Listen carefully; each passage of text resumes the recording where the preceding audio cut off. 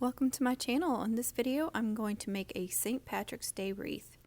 If you haven't done so, please subscribe and don't forget to tap the bell for notifications on my uploads and live streams.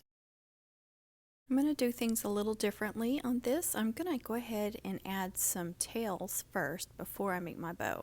So I'm just kind of eyeballing how long I want to make these tails, and I'm doing it in one of the corners since it's a square wreath, and the longest piece is 24 inches, and I'm making the other two ribbons just a tad bit shorter, not much, just a little bit, maybe a ½ inch.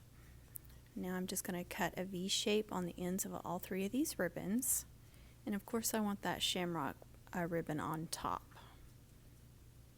Just want to trim those off, and then I'm going to lay them upside down. Find the center,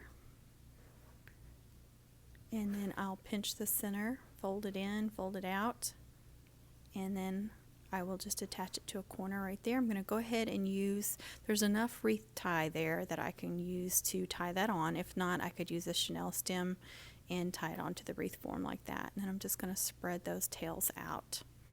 I like the idea of having several tails on this wreath and then having those longer ones. Now I'm going to start my bow, and this ribbon is actually a 2-inch ribbon. You don't find that size very often, and I'm measuring that at 6 inches, and then my loop at 6 inches. So you just want to gather it, twist that ribbon, measure out another 6 inches, and pinch that in the center and twist that ribbon.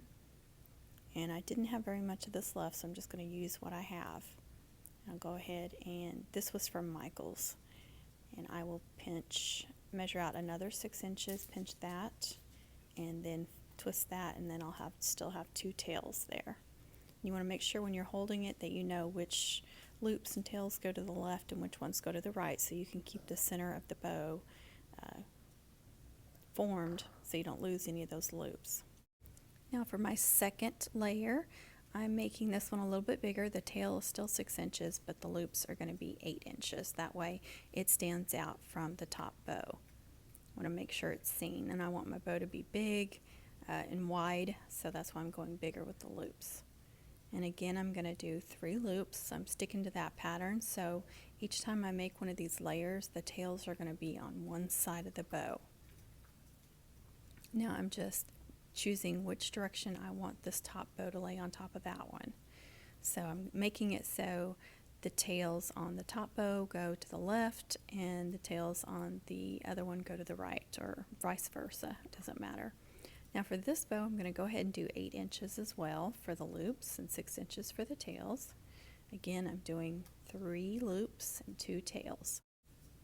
I'm just going to clip it with the other 2. These ribbons are pretty thick, so it gets kind of difficult the more you add to keep them clipped together. Now for my last layer, this one I'm going 10 inches on the loops, so I want it a little bit bigger again.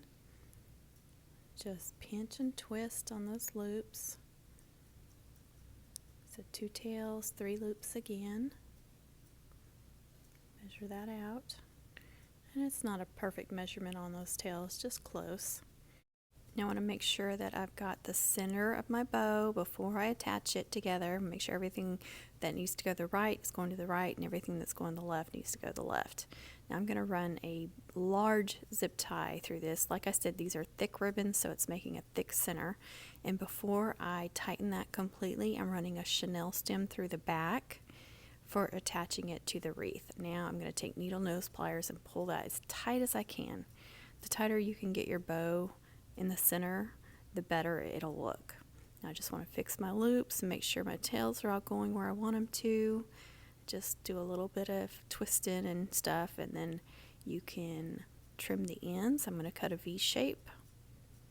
So if your loops aren't going the direction you want them to, just stick a couple of fingers in there and kind of move them around. Now this is a cable tie mount, so I'm going to attach one of these using E6000 glue. And on the bottom of this sign, it already had a hanger on the top, so I'm going to use that one. So I just needed to attach something to the bottom there. Now I'm going to move on to this shamrock, this glitter shamrock. It's foam, so all I'm doing is pressing my hot glue gun in it to make a hole, and then adding some hot glue and then putting a wreath tie through it. You can use the chenille stem as well. You could also just put the hot glue on the wreath tie or the chenille stem and then poke it into the foam. Now I'm going to attach this hat. It's going to be very simple. It's got this plastic form to it. It's just wrapped in tinsel, so I'm just wrapping a chenille stem around that plastic form, and I'm just going to run it through the wreath there between the mesh and attach it to the wreath form. I'm pulling it as tight as I can and then giving it a few twists, and then I want to wrap that chenille stem around the wreath form there. I don't want it to be sticking out. You know, you don't want ends of those chenille stems sticking out everywhere and scratching doors and stuff. So I try to wrap it around as tight as I can.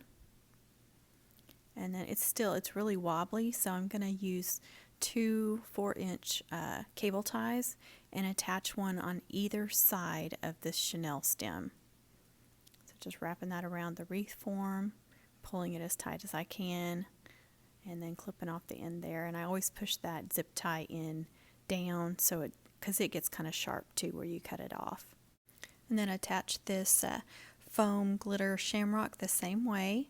Now I'm going to run chenille stems through the cable tie mount and that top part of this sign where it already had an attachment for hanging it, and just wrapping that chenille stem through there, twisting it, and then I will put it on the wreath.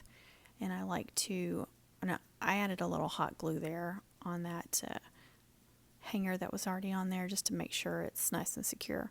Now I like to go between the mesh. I don't like to put those chenille stems through the mesh if you can help it, because it might tear up the mesh.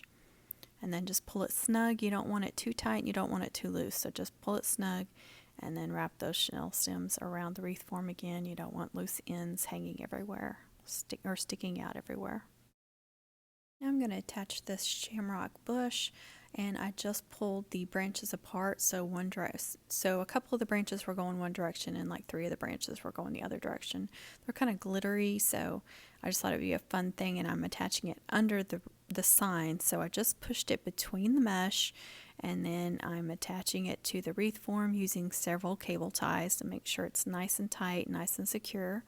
Then after it's secured, I'm just going to bend those around, going the direction I want them to go, kind of moving them around, making them look as natural as I can. So I don't want them all going the same direction, I just wanted them going all different directions. Now to attach the bow right in the center where I attach those long tails, and just wrap it through there and tie off your tie, your cable tie, or your chenille stem, whatever you're using. Make sure it's secure. And then I did also add 3 carnations, the glittery carnations, and I just zip tied those to the wreath form, and I made some loops out of Deco mesh tubing and attached those randomly on the wreath form as well. Alright, that's it. This is what it looks like. It turned out really well. I'm really proud of it. Hope you guys enjoyed this video. Don't forget to subscribe and tap the bell for notifications. Comment, share, like. Please be kind with your comments. Please be kind to others, and I wish everyone happy crafting.